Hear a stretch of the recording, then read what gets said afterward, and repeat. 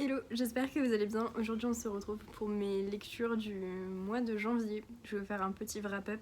J'ai décidé qu'en 2022 j'allais faire un wrap-up tous les mois. On verra si ça tient, mais genre... Je sais pas, on verra bien. En tout cas ce mois-ci j'ai lu 17 livres. Donc romans graphiques, recueils de poèmes, tout ça. Ce qui est plutôt bien. Genre moi hyper productif. D'ailleurs là on est mi-février et j'en ai lu qu'un. Donc... ups and downs, you know, that's okay. J'espère que je vais quand même ne pas perdre le rythme, ce serait trop triste de commencer si bien et de au final complètement rater quoi. Ne faites pas attention à cette couleur de cheveux du démon, c'est ce qu'il y a en dessous de mon rouge en fait. Faut que je refasse ma coloration rouge, je la faisais bien dégorger avant de la remettre. Je vais redécolorer une dernière fois, enfin bref, on s'en fout mais c'est assez moche. Je vais vous parler du coup, le premier livre que j'ai lu, c'était un audiobook, c'était The Truth About Keeping Secrets de Savannah Brown, qui est du coup un roman YA, thriller contemporain, qui est assez cool. Ça m'avait intriguée parce que c'est une romance lesbienne dedans et il y a un petit élément en mode une disparition, une fille essaie de trouver la vérité sur la mort de son père et... non, l'histoire était assez cool, j'ai beaucoup aimé les personnages et en soi c'était une lecture assez bien. Genre j'ai passé un bon moment même si les thèmes abordés étaient assez lourds et je trouve que la représentation de genre l'anxiété et tout était assez bien faite. J'ai trouvé ça vraiment bien, enfin on va dire que c'est un YA assez solide. Il est traduit chez Ozu je crois, mais voilà, plutôt cool. J'avais mis 4 étoiles il me semble, un truc comme ça. Ensuite j'ai lu un livre qui est certainement mon livre préféré de l'année pour l'instant. Et il a rejoint mes livres préférés tout court. En fait c'est Everyone in this room will someday be dead de Emily Austin, qui est un roman contemporain qui parle d'une jeune femme lesbienne qui décide, qui s'est fait virer de son taf et qui décide de rejoindre un groupe de soutien. Sauf que en se rendant au lieu dit, elle se rend compte que c'est une église et il va y avoir une espèce de petit malentendu et le prêtre va lui demander si en gros elle est là pour le poste. Du coup elle accepte, du coup elle se retrouve secrétaire dans une église, elle va devoir cacher son identité, sa relation avec sa copine et tout, elle va se rentrer dans toute une histoire comme ça et elle va essayer de résoudre le mystère qu'il y a autour de la mort de la dame qui avait le poste avant elle. C'était vraiment cool. En plus, ce personnage principal là, elle est obsédée par la mort.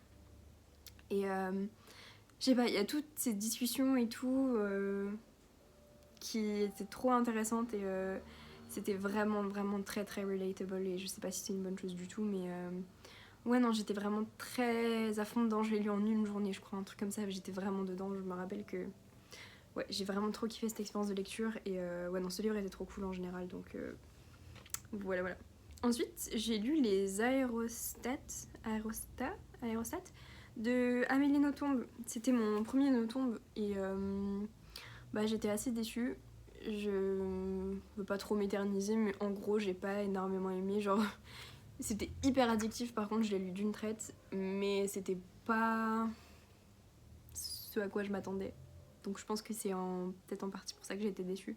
Ça parle d'une jeune fille qui va donner des cours de littérature à un enfant qui sait pas lire, qui est un petit peu plus jeune qu'elle, et ouais, voilà, en gros c'est ça. C'était trop bizarre. Ouais, non, j'ai pas trop aimé. Mais bon, après qui suis-je pour critiquer Amélie Nothomb, quoi, n'est-ce pas? Ensuite, j'ai lu Les Cahiers d'insouciance de Alexandre Jolien, qui, en fait, je l'ai lu le jour de sa sortie parce que du coup, c'était une grosse sortie en mettre dans ma librairie et j'ai toujours été curieuse de savoir ce qu'il écrivait. Et vu que je vois pas mal de ses livres un peu tournés et que voilà, je me suis dit que ça pouvait être pas mal de découvrir un petit peu. Au final, ça va, j'ai pas tout compris. Je pense que j'aurais dû lire d'autres de ses livres avant de lire celui-ci. Non, je trouvais ça assez sympa, mais ça faisait plus développement personnel que philosophie, je trouvais. C'est très genre tranche de vie, genre random thoughts, trucs comme ça. Mais autrement, c'était pas si mal que ça. Ensuite, du coup, j'ai lu le premier tome de l'Or Olympus, le webtoon. C'était trop cool, j'ai trop aimé. J'ai trouvé le design hyper rafraîchissant. Enfin, j'ai trouvé les dessins hyper trop beaux. D'ailleurs, on dirait un petit peu mes cheveux, non? Genre. comme ça plutôt. Non, j'ai trop aimé. J'adore les réécritures de la mythologie et en voir comme ça en format webtoon du coup, c'était vraiment trop sympa. Les personnages principaux étaient trop bien. J'ai même beaucoup aimé les personnages secondaires. Je pense que je ne lirai pas le webtoon sur internet, mais genre que je continuerai avec les publications papier, mais genre avec plaisir parce que c'était vraiment pas mal. Après, j'ai lu un recueil de poèmes qui s'appelle Les hirondelles se sont envolées avant nous, qui est un recueil que m'a prêté une amie, qui est son recueil de poèmes préféré, et j'ai vraiment beaucoup aimé. J'ai trouvé ça très beau. C'est un truc à relire en fait, parce que en une lecture, je pense pas que j'ai réussi à genre grasp everything. Et non, c'était vraiment très beau. J'ai beaucoup aimé, et puis les thèmes abordés sont super importants, donc voilà, pas mal, je vous le recommande de ouf. Et puis ces éditions-là, Bruno Doucet, sont pas mal niveau poésie. Il y a pas mal de choses très bien en poésie contemporaine, donc je vous le recommande. Il y a plein d'éditions bilingues en plus, donc trop bien. Après, j'ai lu une petite BD jeunesse entre midi au travail. Ça s'appelle Stardust. C'est trop chou. Genre l'héritage oublié, ça parle de magie, de sorciers, et tout. C'est assez doux et puis c'est une petite BD jeunesse. Genre j'aime trop les BD jeunesse, elles sont trop mignonnes. Et ouais non, celle-ci était vraiment pas mal. Voilà, c'était une nouveauté, il venait de sortir je crois le jour même ou la veille, je sais plus. Mais trop bien. Après, j'ai lu Gannibal le tome 2. C'est une petite série de manga qui m'intéresse. Et du coup, bah, là, j'ai lu les 2 premiers tomes. Et c'était franchement cool. J'ai hâte de voir où ça me mène par la suite. Mais non, c'est trop cool. En gros, c'est un policier qui débarque dans un village perdu au Japon. Et il se rend compte qu'il y a un clan d'habitants qui sont cannibales et qui ont bouffé apparemment le policier d'avant. Donc celui qui remplace. Et c'est trop cool. Genre le concept est trop bien, c'est assez gore, donc trigger warning sans cannibalisme évidemment. Non, c'est cool parce qu'en plus dans ce tome-là, on en apprend beaucoup plus sur son passé et c'est vrai que de base, on peut se demander genre pourquoi il décide de déménager dans ce village paumé. Au final, et ben on sait pourquoi. Et du coup, j'ai hâte d'en découvrir un peu plus, d'en apprendre plus sur sa famille, donc sur sa femme et sa fille et tout. Donc ouais, non, trop bien. Ensuite, j'ai lu The Hunjin Murders. Génial, j'ai tellement hâte de lire la suite. J'aime trop cette vibe, j'aime trop ces thèmes, j'aime trop ces murder mystery japonais. C'est hyper... Genre l'ambiance est géniale, les settings sont trop cool. Le personnage principal du détective est trop intéressant, j'ai trop envie d'en lire plus sur lui. Et ouais non, bah évidemment fan de Sherlock Holmes, donc tout ce qui touche dans le murder mystery, un petit peu genre diary d'un détective, tellement bien, genre tellement bien. Et maintenant je vais garder un œil sur les publications de cette maison d'édition parce que vraiment pas mal pour le coup. Ensuite j'ai lu le premier tome de la petite saga du poids des secrets de Shimazaki, Aki Shimazaki, qui s'appelle Tsubaki, c'était le premier, ouais. C'était très bien. Ça parle en gros d'une famille. Donc du coup chaque tome suit un membre de cette famille, je crois. Enfin genre c'est un peu une fresque, vous voyez. Mais chaque tome se concentre sur une personne et ça tourne autour des événements de la guerre et de la bombe notamment qui a explosé à Nagasaki. Du coup voilà, c'est très bien. Ça se lit très rapidement, c'est une écriture vraiment sympa, sachant que c'est une autrice non francophone qui écrit en français de base. C'est une japonaise qui est partie habiter à Montréal en fait. D'avoir déjà cette écriture en étant non francophone, je trouve ça vraiment pas mal. Et en plus celui-ci c'est son premier roman. Ça doit être trop cool de voir je pense l'évolution de sa plume au fur et à mesure des romans. Donc j'ai trop hâte de continuer. Le prochain s'appelle Amaguri je crois. Et je l'ai déjà pris donc j'ai trop hâte de le lire aussi. C'est sûr. L'intérêt amoureux du premier tome. Donc voilà. Après j'ai lu un policier qui s'appelle Seoul Copycat. Je crois que j'en ai parlé un petit peu dans une vidéo, je sais plus, mais c'était un petit poche que j'avais acheté, que mon père m'avait acheté quand j'avais été chez mes parents et c'était vraiment sympa, assez rapide, plein de plot twists, trop cool pour un premier roman d'un auteur, mais je crois que j'en avais déjà parlé, je sais plus. Mais en tout cas j'avais bien aimé, c'était assez cool. J'ai mis un peu de temps à le lire quand même, hein, comparé aux autres romans le mois dernier. Mais non, c'était assez pas mal, j'ai assez bien aimé. Ça parle d'un détective qui se réveille d'un coma mais il est amnésique et aveugle et en fait il va bosser, enfin c'est plutôt la détective qui va bosser avec lui pour essayer de lui raviver la mémoire et de découvrir qui est ce fameux tueur en série que seul lui a vu avant de tomber dans le coma. Et non, c'est trop cool, enfin, on découvre plein de choses, c'était super un bon rythme quoi, j'ai bien aimé. Après j'ai lu, enfin je suis allée à la médiathèque de ma ville et j'ai lu ce petit roman graphique manga qui s'appelle Old Dog, qui suit un jeune garçon qui retourne dans son village natal et qui se remémore plein de souvenirs avec sa famille. Je connaissais pas du tout avant, c'est carrément la couverture et le pitch qui m'a attirée. Et j'ai trouvé ça trop sympa, les dessins sont sublimes.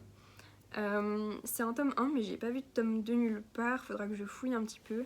Et non, c'était très beau, très mignon, enfin très mignon, très triste mais très doux en fait comme ambiance. Ensuite j'ai enfin fini la collection de nouvelles d'horreur science-fiction un petit peu décalées et tout, Cursed Bunny, que j'avais commencé l'année dernière, très très très bien. C'était terrible, j'ai préféré les premières histoires, vers la fin j'ai un peu moins aimé, il y en avait 2-3 qui étaient un petit peu longues que j'ai un peu moins appréciées. Ça vaut le coup de le lire juste pour les premières, genre il y en a qui sont vraiment genre horripilantes et trop bien à lire, vraiment fantastique, j'ai beaucoup aimé. Après j'ai lu un autre livre qui va être un de mes favoris, c'est Astral Season, Beastly Season, qui était tellement bien. Ça parle de 2 adolescents qui sont fans d'une idole de J-pop, qui vont faire croire que c'est eux qui ont commis les meurtres à la place de cette idole qui a apparemment découpé, enfin tué et démembré son copain. Hyper glauque. Mais dedans il y a genre une espèce de grosse discussion sur qu'est-ce qui est qu'être un monstre, qu'à quel niveau tu arrêtes de devenir humain et tu deviens un monstre. Et c'est tellement bien. En fait c'est en 2 parties. La première partie c'est un des 2 adolescents, la deuxième partie c'est sur une amie à eux, donc un point de vue extérieur à l'histoire. C'était terriblement cool, terriblement bien, j'ai adoré ma lecture et c'est un nouveau coup de cœur, genre énormément, trop bien. Tellement content d'être tombée dessus sur Goodreads et de l'avoir acheté quoi, genre trop bonne surprise. Après j'ai lu un roman graphique manga, je sais pas, c'est Les rêveries d'un gourmet solitaire de Taniguchi et de Kuzumi. C'était tellement cool, j'ai trop apprécié ma lecture, je vais trop lire les autres du coup maintenant. C'était super fun, c'est plein de petits moments, genre chaque petite histoire ça raconte un plat. C'est le fameux homme d'affaires qui va découvrir des petits endroits pour manger. Et c'est à chaque fois sur des plats, c'est que sur de la nourriture. C'est genre juste lui qui mange. Et en fait ça me faisait vraiment genre sourire tellement c'était mignon. Genre il mangeait un bol et il était ravi, genre je sais pas, c'était trop cool. Juste pour l'ambiance et tout, c'était vraiment trop agréable à lire et du coup je pense que je lirai la suite. Pareil je l'ai emprunté à la médiathèque, je vais voir s'ils n'ont pas des autres ou quoi. Après j'ai lu une petite BD, roman graphique jeunesse qui s'appelle L'année où je suis devenue ado, qui suit une petite fille qui en... une jeune fille qui en 5ème découvre qu'elle aime une fille. Et j'ai trouvé ça très pur et trop mignon. Il y a plein de représentations trop cool. C'est traduit du norvégien en plus, je crois, ou du danois, je sais plus. Il y a plein de représentations trop cool, genre c'est une famille monoparentale, donc c'est un papa qui s'occupe d'elle. C'est trop bien parce que ça a un regard super contemporain sur le fait qu'être ado, enfin en tout cas être très jeune ado. Et genre ça montre trop bien genre la manière dont certains évoluent.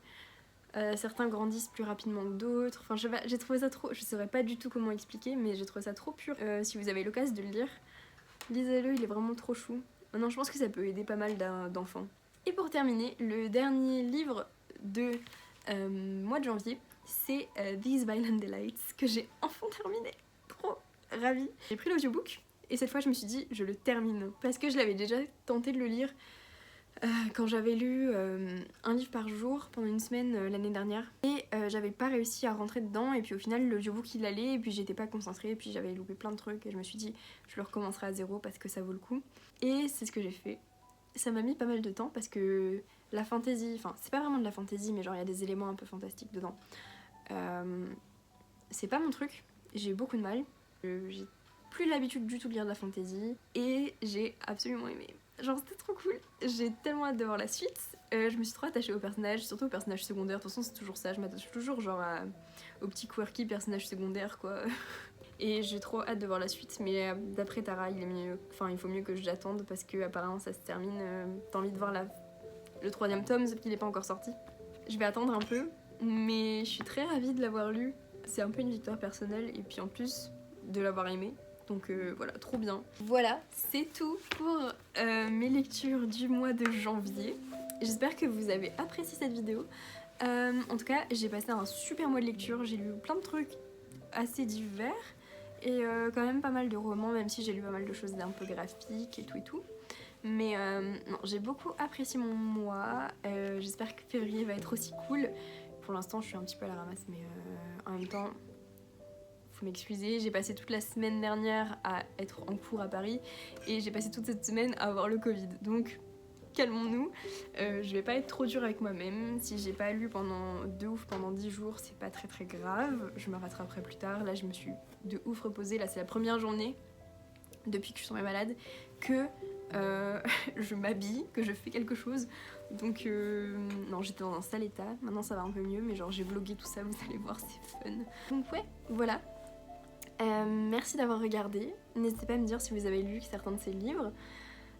J'espère que, comme d'habitude, je vous ai fait découvrir des choses. C'est toujours ce que je préfère et ce que je veux le plus. Et voilà, merci d'avoir regardé. Love you. Et à la prochaine. Bye bye.